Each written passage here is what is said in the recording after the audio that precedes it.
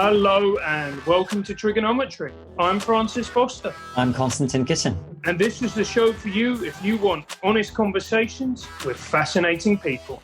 And a fascinating guest we have for you today. He's a science writer, historian of science. He's the founder of the Skeptic Society, the editor-in-chief of the Skeptic magazine. He's very skeptical, basically, is what I'm saying. Michael Shermer, welcome to TRIGGERnometry. Thanks for having me on. I'll try not to get triggered for this hour. Well, the idea is that you trigger people with our help, so that's what we're trying to work towards. Well, apparently, I do sometimes trigger people on the far left and far right, which means I'm doing my job. That's exactly what we do on the show. Those are two groups of people we have triggered a lot recently, and I'm sure we'll do more of that together. But before we get into it, just for anyone who doesn't know who you are, most people will do, but for anyone who doesn't, just tell everybody, who are you? What is your journey through life? How do you happen to be sitting here talking to us? Oh, well, the main trigger, as it were, is my new book, Giving the Devil His Due, my latest book, my 13th book, actually. My life's work really involves trying to understand what truth is. That is, how do we get to the truth? We want to know what's true, not just what I want to be true, but what's actually true, empirically true, using empirical science and reason and rationality and critical thinking. And that's the core of skepticism is you start off assuming that the claim is not true until proven otherwise, because most of us, most of the time, get things wrong. And so my argument for free speech in Giving the Devil His Due is that the devil is whoever disagrees with you, or that you disagree with, or you don't like, or you consider to be, uttering hate speech or whatever. And the reason they should be given their due is because you would want that for yourself when you're in the position pushing back against the mainstream or challenging the accepted dogma, and you get silenced because you've signed off on silencing others. That's dangerous. So, and again, the core problem is that we're wrong much of the time, and the only way to find out if you're wrong is to talk to other people. So with Skeptic magazine, we're not afraid to talk to anybody. We've done issues on Holocaust denial and creationism and climate denial and vaccine denial, and I'll talk to anybody and ask them, what is it you believe and why, and just lay it out for me, and we'll publish those. We'll publish your very words, and then then we'll address them. Now, I'm not afraid to debunk them as well, but I still think they should be given their due in the sense that none of us can get it right all the time, so we have to listen to dissenting voices just in case. Well, I guess one of the most difficult issues that's been brought up, and you spend a lot of time in the book talking about free speech. It's the first and most probably one of the more significant portions of it. But one of the difficulties that the pandemic has brought up, I don't know if you followed this case in the UK, where we had a well-known conspiracy theorist, David Icke, who gave an interview about how the 5G masts are causing the coronavirus. And soon afterwards, there was a spate of arson attacks against 5G masts, right? And YouTube banned that video. Then he went and did another interview on a private platform, blah, blah, blah, blah, blah.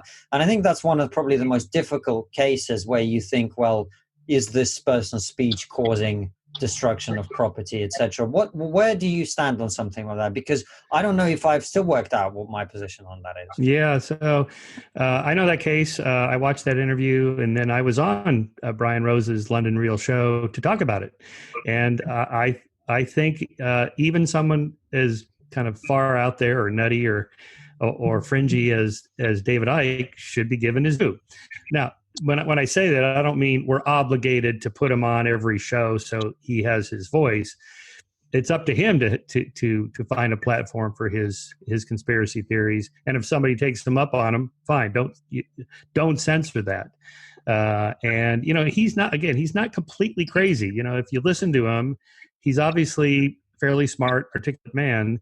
But his chain of reasoning leads him down some off the rails, down some crazy pathways where he ends up with the lizard aliens running the world, or the 5G towers. Now, are his words responsible for somebody firebombing a tower?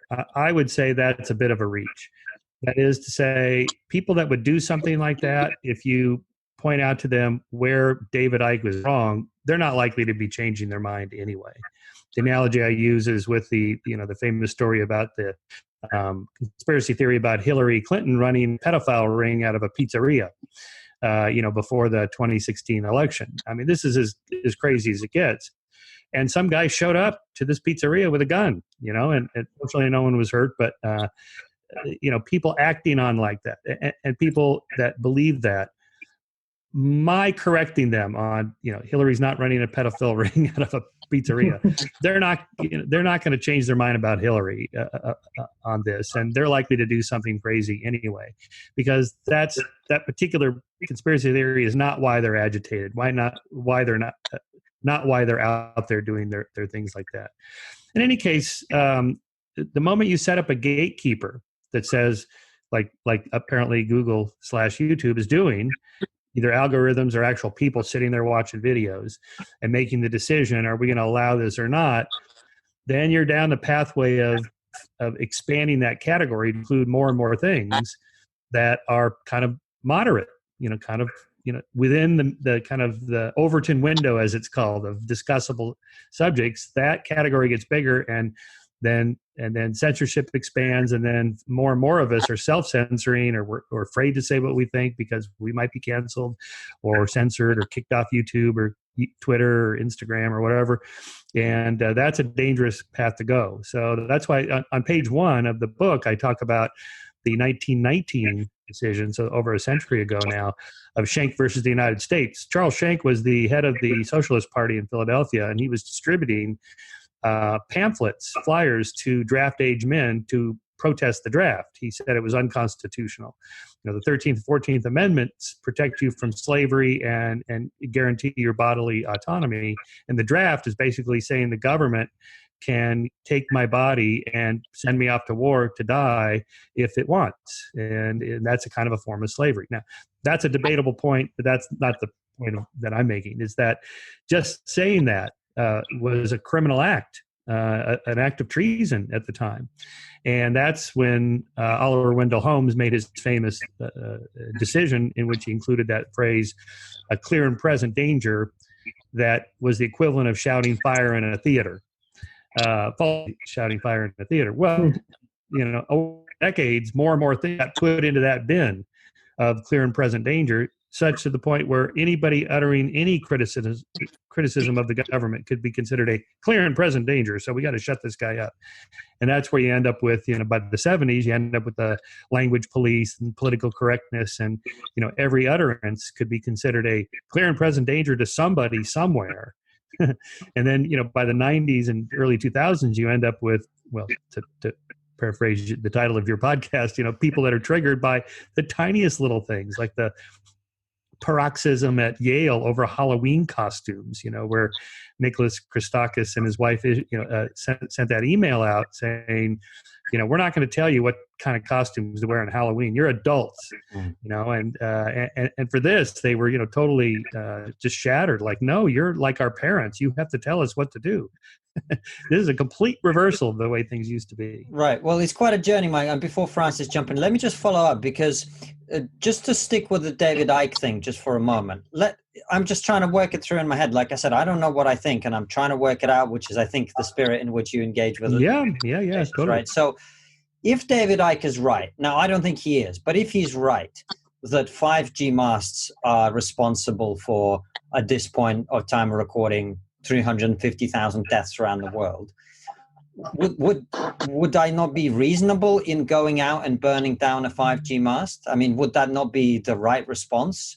And therefore, is his making that argument not causing me to think potentially I should do this? Well, it's already illegal to do that, to commit violence against other people, to destroy property, to burgle and vandal. Those are already crimes. So anybody doing that for whatever reason, it's still wrong. It's illegal and immoral, period. I mean, if you really believed it, then the way to do it would be to address the government, to look into the matter or curtail the activities of telecommunications companies, regulate the telecommunications companies. I mean, the government already does this a lot. I mean, we don't have to nudge the government to be more regulatory. The regulatory state is massive, right? So there's already an apparatus in place to address those kinds of problems if there was evidence for it. And clearly there isn't, because if there was, the government would be all over it. This is what government regulators love to do. They love to nose around in private companies and regulate them. So it's not like that, that isn't in place already. So I'm really not worried about that. But let's say why it's wrong. I mean, 5G is just an extension of 4G, extension of 3G, and so on, all the way back to the 90s and the Motorola flip phone that you held up to your ear, and the fears back then that this was causing brain tumors, right? And these were just cancer clusters. You throw a bunch of pennies up in the air and they land on the ground. They're not perfectly spaced out. They're clustered. And this is true of everything in life, including cancer cases. They're clustered.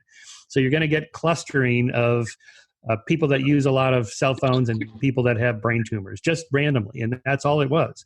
And so those kinds of conspiracies have always been around, as well as, by the way, Bill Gates. Bill Gates has been trying to conquer the world since the 90s. And of course, he wasn't trying to conquer the world in software, but that's a different thing than what the conspiracy thing. And I'm now predicting that Bezos will replace Bill Gates as Voldemort, as the evil Darth Vader, because he's now poised to become the first trillionaire in history. So he will be a target. And that tells us what's really going on here. These are fear of the unknown, fear of the invisible. The virus is invisible. The electromagnetic radiation coming from the 5G cell towers is invisible. Nuclear power is invisible. People fear things that have effects that are powerful that they can't see, smell, taste, touch. And the virus is essentially invisible. Without a high-powered microscope, we had never seen a virus. So, that tells us something about human psychology. What is your argument, Michael, to the people to those people who say, look, these companies, we're in a state of national emergency. The world hasn't seen this type of thing for at least 100 years. Companies, and in particular organizations, need to be responsible in these very, very fractious times. And putting out an interview like the David Icke one is quite frankly irresponsible and could lead to some very serious consequences. And in times like this, we need greater restriction. Yeah, I would say to that, because I think you're referring to Brian Rose, who did that, had David Icke on. I would not have David Icke on my podcast because I would feel that I'm giving him a platform perhaps he doesn't deserve. I would discuss him. I would maybe write articles about him or address his claims, which I just did. But that's just me. Brian Rose is his own man. He can do what he wants. And of course, Google is a private company and it can censor him, which it did. YouTube, in this case, Alphabet is the parent company of Google that owns YouTube. Okay, fine. That's different from the government censoring people, which is a separate issue. But even that, I would still say to Google/Alphabet, you should be careful about going down that pathway of censorship. You start with something reasonable, like we don't want to let ISIS groups have a YouTube page so that they can produce recruitment videos. Okay, that seems pretty simple. But then you get someone like David Icke, who's just kind of a fringe goofball with crazy ideas, much like when Joe Rogan had Alex Jones on. People made the same thing. Now, he did not get censored by YouTube. This was before YouTube started down that path a few months ago. But nevertheless, I found it very entertaining. It was enjoyable to listen to Alex Jones get hammered, drinking whiskey and smoking pot with Joe Rogan and going off on his, multi-dimensional alien beings. In this case, they live in Silicon Valley and all their, does anybody really take him seriously? Some people do, yes, but hardly anybody. There's always going to be many comedians, Michael. Believe me, there's plenty of weed smoking comedians who take him very seriously. Really? Okay. Yeah. Well, yeah. But I don't think they're likely to blow up towers or whatever. Oh, they're nowhere near organized enough. Believe you me, no. Yeah. So again, I get the temptation. It's there. Let's shut these people down. And I will admit, I kind of felt that same way when Alex Jones's followers started showing up at the parents of Sandy Hook shooting victims. That's really bad when they do that. But again, there's some element of moral culpability on the people that do it, not on Alex Jones's crazy ideas. People do act on their ideas, but it's the people acting that should be held accountable and responsible, not the person that uttered the speech, in my opinion. And where do you stand, Michael, on the we've got these big tech companies. I mean, they're not big. That's the wrong word. They are essentially monopolies, and they get to choose what goes on their platform, what doesn't, what gets broadcast to, hundreds of millions of people. Do you think they're too big, too powerful? Or do you think they're private companies? They can put on whatever they want. It's not really an issue. Yeah, really the latter, because fear of monopolies has always been around since corporations were invented, and governments regulate them or break them up, and they have in some case with antitrust laws in the United States. But really does them in is competition. That is to say, we just need more platforms, and there are people developing more alternative platforms. And I think the same thing will happen with search engines, with the equivalent of YouTube, other platforms to post videos, as we've seen now already quickly in the last few months, just the competition for streaming services for movies, Hulu and Netflix and Amazon Prime and Disney Plus and now ABC, NBC, CBS are all launching their own streaming platforms. So this is the solution to monopolies, is to break them up by competition, not by fiat from the government. In my opinion, that's the better way to deal with it. I wrote about this in my book, The Mind of the Market, about the lawsuit against Microsoft for bundling Netscape and sort of forcing people to use Netscape. Well, by the time Internet that lawsuit Explorer, went surely. Internet Explorer. Internet Explorer. Yeah, sorry. Yeah. It was so long ago since anyone used either of them, Michael, that it's I know, that's it. But by the time that lawsuit went through the courts and on appeal and it was years and years it drug on. No one was using those technologies anymore. Right. And that's the solution. Just keep, more innovation, more inventions, more competition between people. It is a concern, although we see this in politics. We essentially have a duopoly in the United States. The Democrats and Republicans capture 99% of everything, all the money, all the votes, and so on. And it would be better if we were more like European countries that had, 4 or 5 viable parties. That would be good competition. But the political system is rigged the way it's designed here in the United States, end up with the duopoly like that. But at the very least, it would be good to have, some tech billionaire like a Peter Thiel launch a new platform to compete with YouTube. And I think he sits on the board of Google or something like that, so maybe he can do that. But somebody like that, or a Jeff Bezos, maybe launching something like a YouTube for with next to Amazon Prime Video, something like that. I think that's a solution. Well, that's an interesting point, and you bring up the political side of all this. And here's what some people might say to the argument you've just made, which is that even when you have, different platforms, they're all based in Silicon Valley. They're all run by woke liberals, right? Yes. Or people that are perceived as being woke liberals. They don't necessarily act particularly woke anti-capitalist in terms of their business practices, but no, but in terms of their policies on restrictions, in terms of their pushing of diversity in the way that it's now defined, in all of those respects, Facebook, Google, Instagram owned by Facebook, YouTube owned by Google, the power is consolidated into the hands of 5 or 6 people who all think the same, who, when they make a decision about, let's say, banning somebody off their platform, there's no question that they collude with each other, because those people get banned simultaneously across the different platforms. So even if you have another search engine, it's likely to be based in California. It's likely to be run by the same types of people, and then the political shenanigans that you then get as a result of that kind of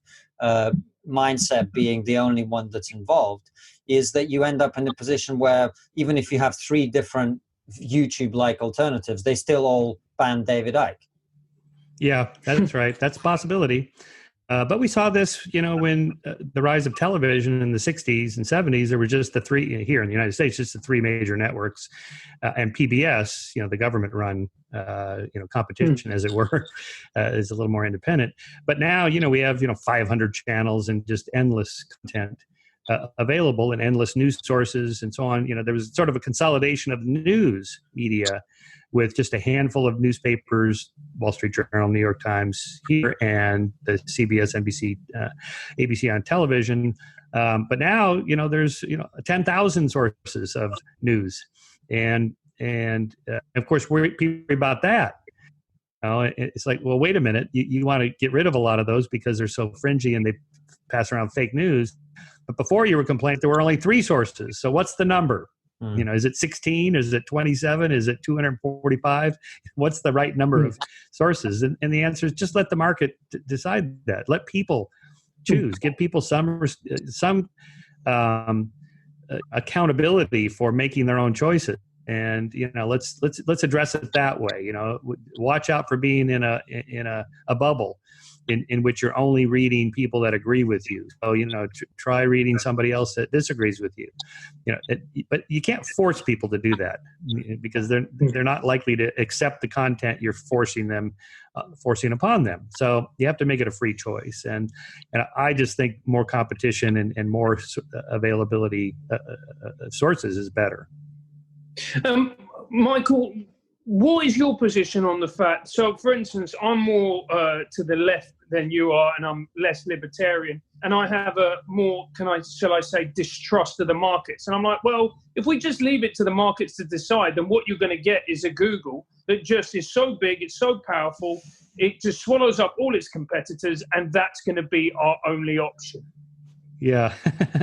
Yeah. Well, that's what they said about GM and IBM. And I remember an interview with Bill Gates in, I think it was 1996 or 97, where they asked him, what do you fear the most? And he said, they said, are you worried about IBM or this? He says, I fear that there's a couple of guys in a garage somewhere coming up with something I can't think of.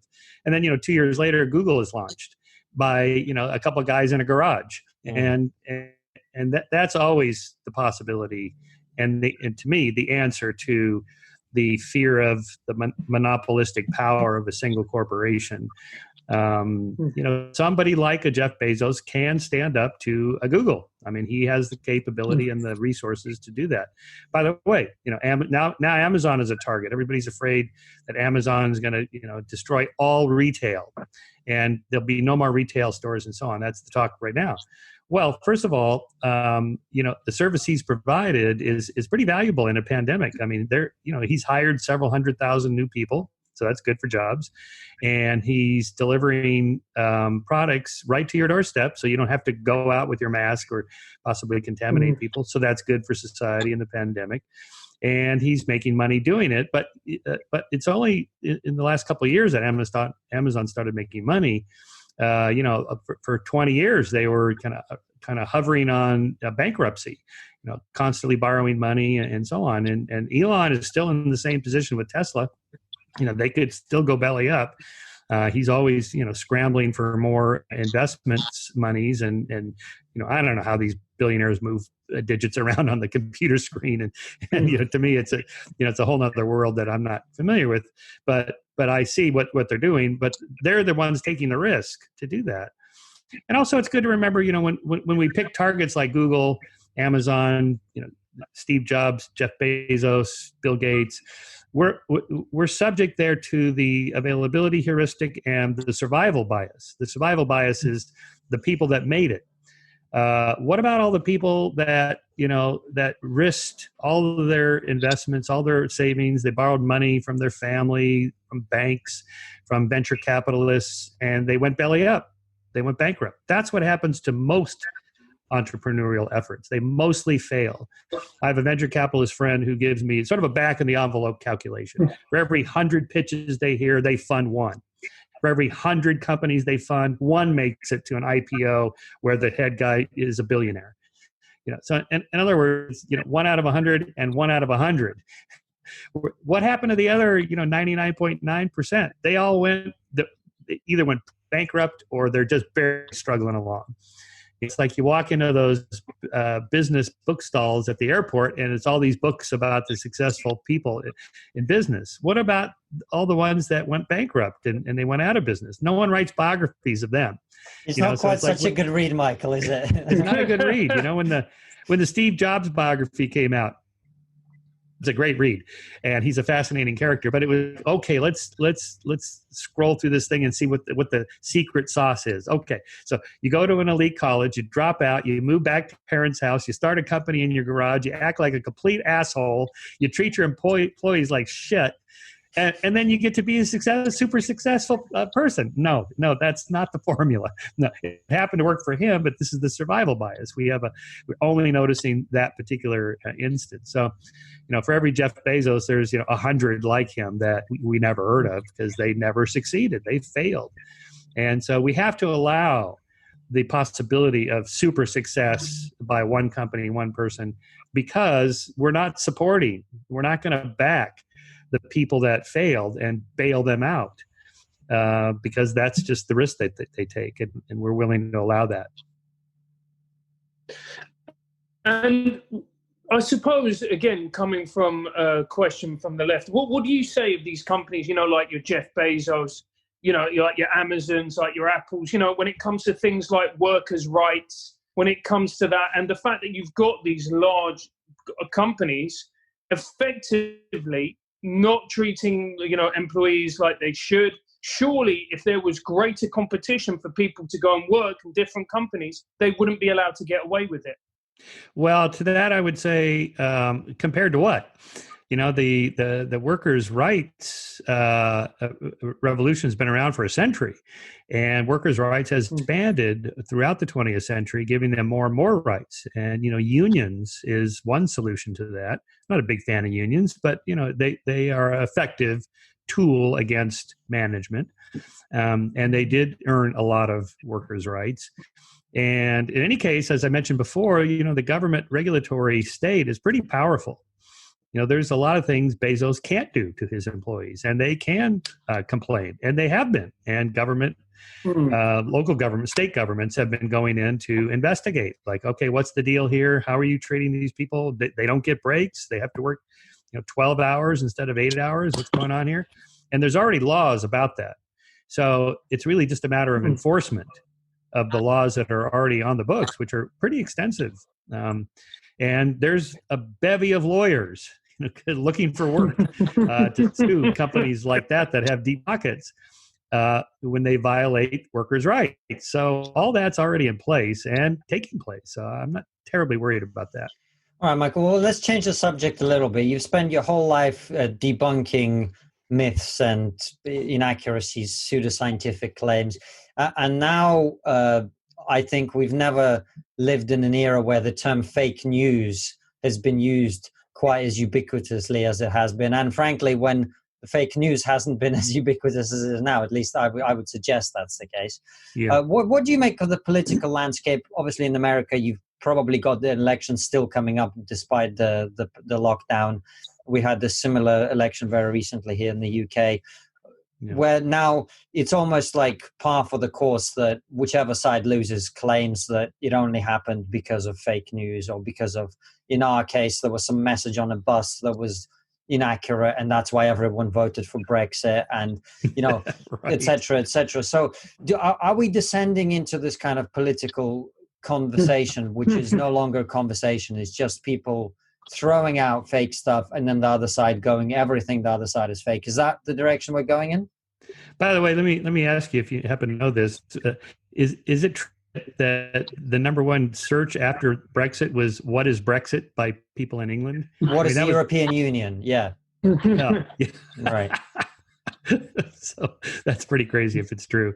Well, okay, there's some research. Michael, well, just on that point, actually, let me say, because it's an issue we've explored quite a bit, and I think our viewers would want me to interject that in some ways, Brexit was not so much about leaving the European Union. And it's a long and complicated conversation, but to a lot of people, it was about a loss of national identity. It was about controlling immigration. So people felt, rightly or wrongly, by the way, but they felt that leaving the EU was about that, and also about, as we say in the UK, sticking two fingers up to the establishment, which was really a rejection of business as usual. Let's just carry on. In some ways, Donald Trump was very similar, but please go ahead.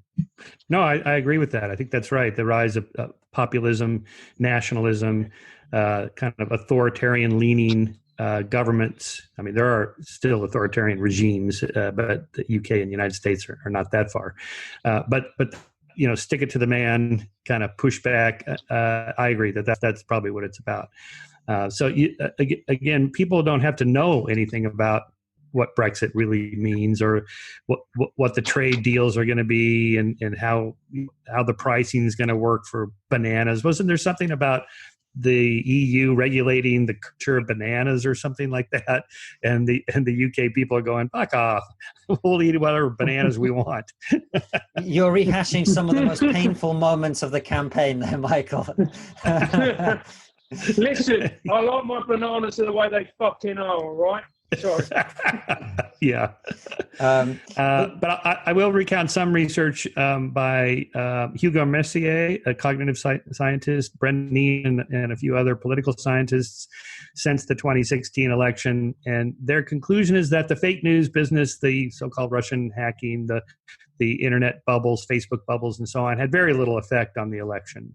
That is to say, back to my Hillary and the pizzeria pedophilia ring, people that believe that, are not going to suddenly vote for Hillary when I show them that conspiracy theory is fake. They already hate Hillary, right? So most people are not nudged one way or the other by some particular story on some fringe internet website. Instead, we're pretty predictably tribal and going to vote one direction or the other. Hugo Mercier, he actually thinks political advertising is almost a complete waste of money and time, that it has next to no effect.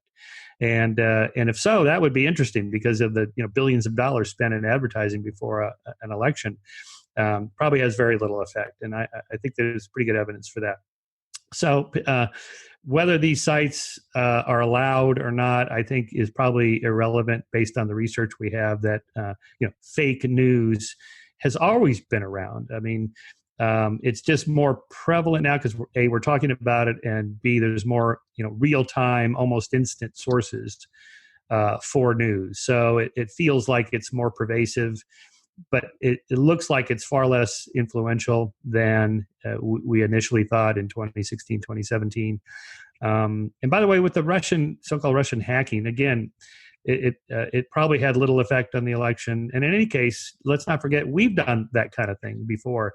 There's stories about the CIA messing around in elections in South American countries in which we were supporting fascist dictatorships over communist dictatorships, because at least the fascists are more supportive of American business interests, because they can gain on it better, whereas opposed to the communists are going to nationalize these corporations, and that's no good for American business. So we were providing money and weapons and so on to the dictatorship was called, he's a son of a bitch, but he's our son of a bitch. Right. So that kind of thing has always gone on. And, Trump is terrible with the media. But let's not forget, I'm old enough to remember Nixon. Nixon hated the media. And, in those private conversations he recorded that came out in the 90s after he was dead about, what he said about Jews running the media and stuff, is like, holy crap, this guy's a real anti-Semite. So, Trump is bad. Nixon was probably just as bad, but we didn't have access, like Nixon wasn't tweeting every 20 minutes. So it didn't seem as bad at the time. That's really interesting. I mean, as a Russian, first of all, I have to say I take deep offense at the suggestion that we were not competent in what we were doing. Okay. Right. But I'm joking, of course. And actually, of course, I was someone who initially thought that Russia had hacked the election, blah, blah, blah. But the evidence just isn't there. But it's interesting that you talk about political advertising. Well, wait a minute. Evidence isn't there. I mean, we know they were They tried, using but bots. they didn't really succeed, and there was no collusion with Donald Trump and so on. That's what I mean. Right, yeah. that part, yeah. Oh, there's no question that almost probably every single government in the world tries to influence the American elections because it's what determines their future in every single way, right? So that's unquestionable. The Chinese probably did more of it than the Russians. We know that China funds a lot of congressional races and all of that. But anyway, let's not get stuck too much into that. You mentioned political advertising. I would put it to you that the function of political advertising at this point is not about changing hearts and minds. It's about antagonizing your own base to go out into the world and get the vote out. Yeah, get the vote out. Number one. But also, if it's true, then isn't what we're doing here completely pointless, Michael? Which is having a conversation across. Francis is on the left. I'm in the center. You are, pretty libertarian from what I know, right? So, what's the point? I mean, if we're not convincing anyone, if we're just, is this kind of mental masturbation just for us, or is there actually any point to what we're doing? There's probably a joke a comedian could come up with that, but yes. Well, again, the point of free speech is to have conversations so that people can listen and reason themselves to a particular decision. Now, which way you vote is maybe a separate issue from 100 other things we might think about and talk about. Abortion, immigration, gun control, the vaccines versus the anti-vaxxers, the Holocaust and creationism. And there's 1,000 topics we could talk about, and most people haven't thought that carefully through. So, we're in other words, we're sort of after the undecided voter, and maybe not in the political parties, in life in general. And, there's this meme that was going around years ago that you can't reason somebody out of a belief that they didn't reason their way to in the first place. But that's not true. I know from just personal experience, emails I get every day, people, I changed my mind about this or that after I read your book or you read your article or you made me think or whatnot. That it is true that facts can matter. Again, back to the cognitive research on this, cognitive science research, that if you present data in a way, in a particular way, people are more receptive to it. If it's visual, pie graphs and bar graphs and so on, people can grasp it instantly. If you just put up a chart of numbers, it's just the mind, just the eyes just glaze over. But more importantly, you have to present it in a way that doesn't force people to have to give up some particularly deep core belief that they hold. So, for example, the analogy I use of, back to my debating creationists, you give people a choice between Darwin and Jesus, they're not picking Darwin, right? A Christian who accepts Jesus as his savior, that's the most important thing in his life, right? So what does he care about this Darwin guy? But if you present it like, evolution may be the way God created life and the diversity of life, this was God's method. And then it takes that off the table. Like, okay, so what's this theory all about, right? Same thing with climate denial. Unfortunately or fortunately, Al Gore's success with his film An Inconvenient Truth affiliated climate science with the left as that's a liberal cause. Therefore, I, as a conservative, have to be against that. And that put it, took it off the scientific table and put it into the political arena, which polarized it. So I just basically take that off the table by saying something like, it's not a liberal cause. It's just, it's either true or not. And by the way, you can make a ton of money in green technology, and capitalism can save the day of global warming. People like Elon Musk creating electric cars or something. Now, conservatives, they like to hear that. So then they're like, oh, okay, so what's this climate science thing anyway? Because, the studies since in the last maybe 5 years or so show that knowledge about climate science is not a predictor of whether you accept it or not. And unfortunately, just the way it is, people that accept climate science don't seem to know any more about it than people that deny climate science. So having scientific knowledge by itself is not a predictor of whether you accept it or not. So when people are commenting, say, on social media about their position on climate science, they're actually just virtue signaling to their fellow tribal members. I'm a conservative, so I doubt it, or I'm a liberal and I accept it. So you have to go around that to convince people, and then present the data in a pretty accessible way. And it's very interesting that you say that, because it's quite depressing that everything has now become in these binary terms, like you just said, and it's all political and all the rest of it. I think a lot of this, and you've said so in your book, comes from campus. It comes from the culture wars which have started on campus. Do you think that the coronavirus is going to be almost a balm to that, because people are going to realize, you know what, we're all in this together. It doesn't matter if you're left or you're right. It's a virus. It can affect anyone, and it may help us to kind of come together and listen to each other more. Or am I been smoking too much of the golden herb?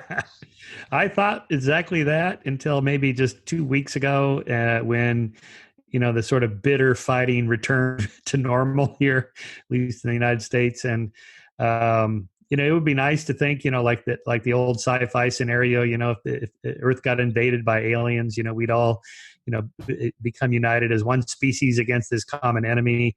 And in essence, that's what the COVID-19 is an enemy. And it looked like it was going to do that. I think there's still some signs that, most people are pretty good about this, but, we're kind of starting to return to our old tribal ways of, not just disagreeing with other people, but hating them, that they're not just wrong, they're immoral, they're bad, they're evil. There's a lot of that. Unfortunately, our president here is, kind of fuels that. He fuels his base. He has, 80 million followers on Twitter, and boy, I am worried about that. I wish we would be more commonly united, although that could still happen. We'll see. It's too soon to tell.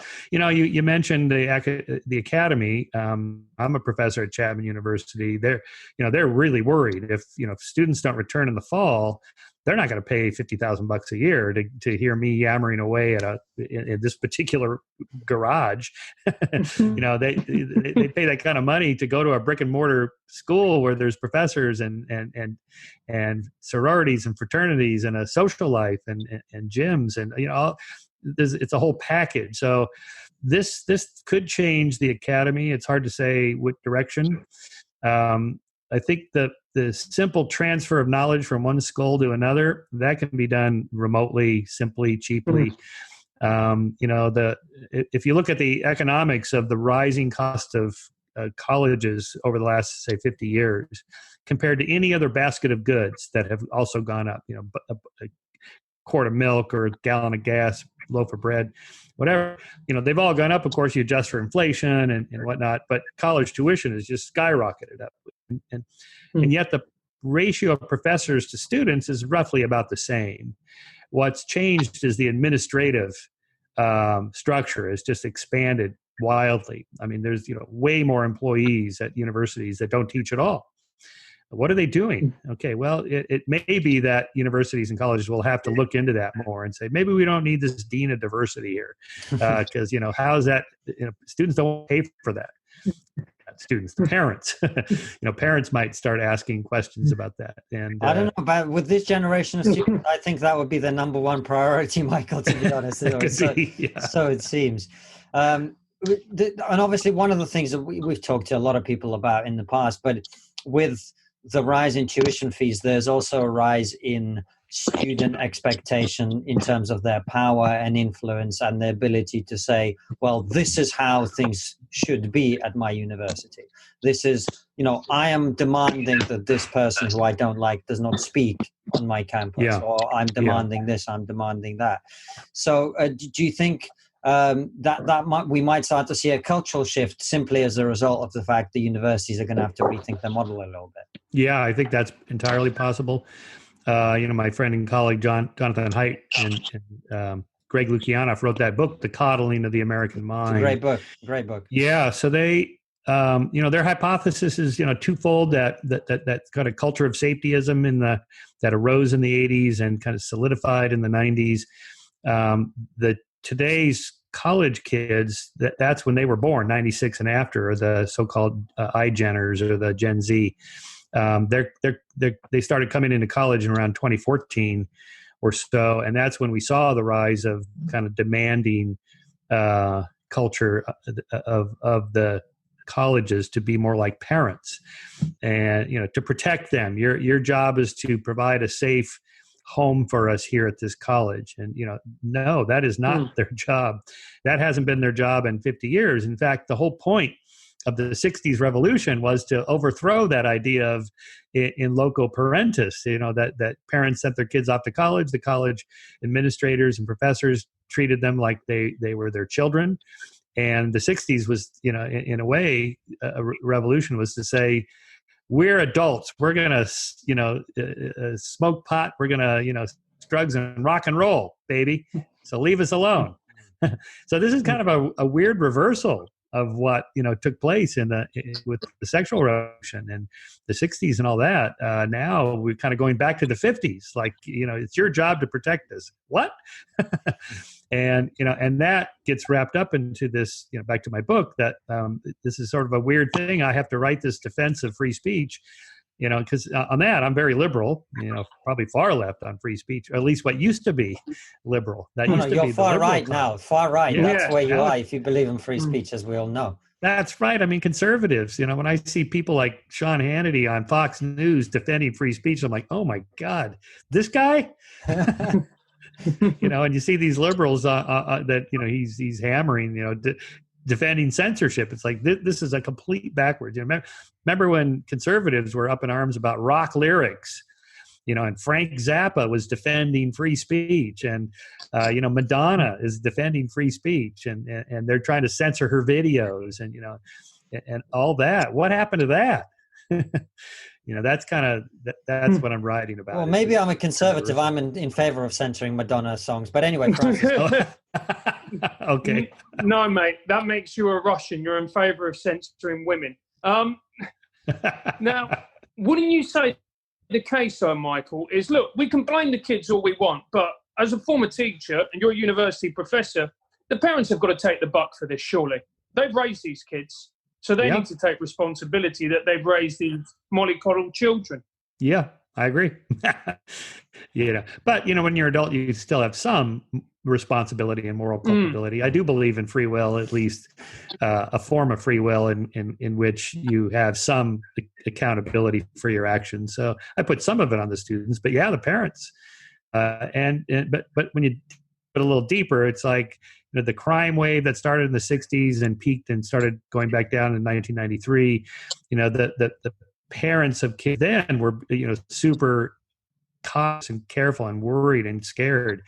I remember the milk carton kids. The picture of the little kid on the side of a milk carton, who was kidnapped. And it wasn't until later that the criminologists and statisticians pointed out that 99% of kidnappings are by one of the parents in a divorce dispute, in a custody dispute. So letting your little Johnny or Mary walk down the block to the playground, they're not going to get kidnapped unless you're going through a custody dispute with your spouse. Right. So that culture of safetyism was probably overblown. I now have a 4-year-old. I have a 29-year-old and a 4-year-old. And my 4-year-old now, taking him to playgrounds. These playgrounds are designed by lawyers. I mean, they're just like super padded and extra careful, and nothing can go wrong. It's like, wow, what happened? And it's that culture of safetyism, that we can't allow anybody to hurt. According to Jonathan Haidt, Greg Lukianoff, anyway, in their book, that's one explanation. Their other hypothesis, by the way, is screen time.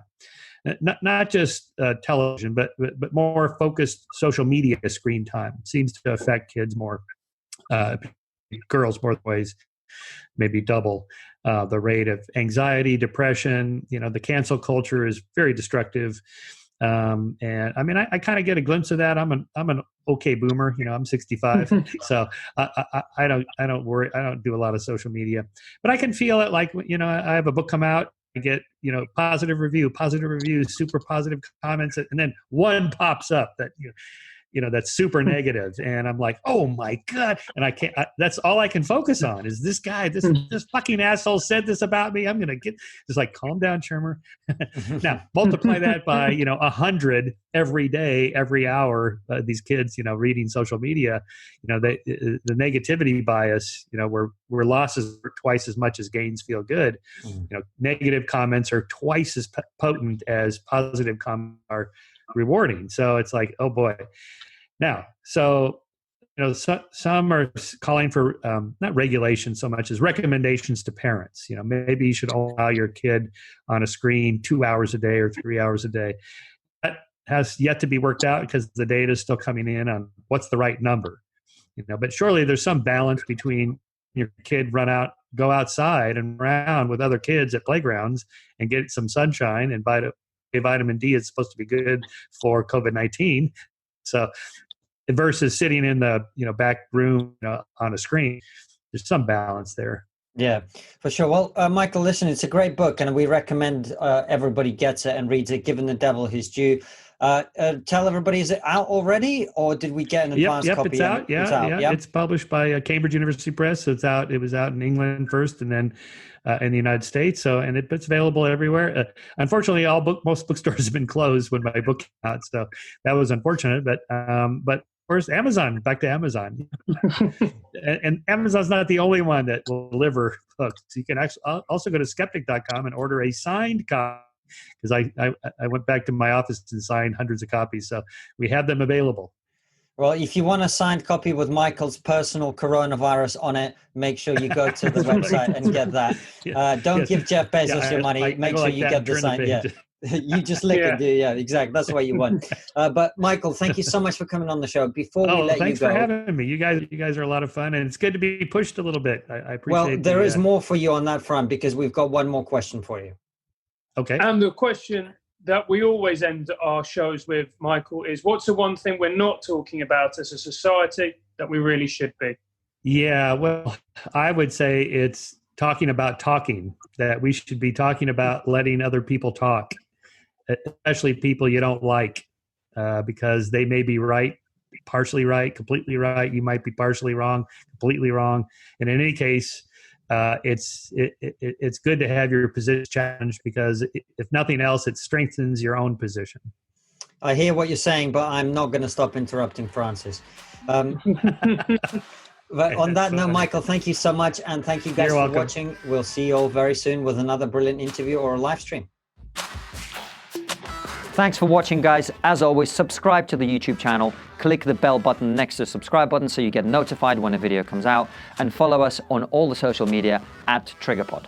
And also leave us a nice review on iTunes and spread the word.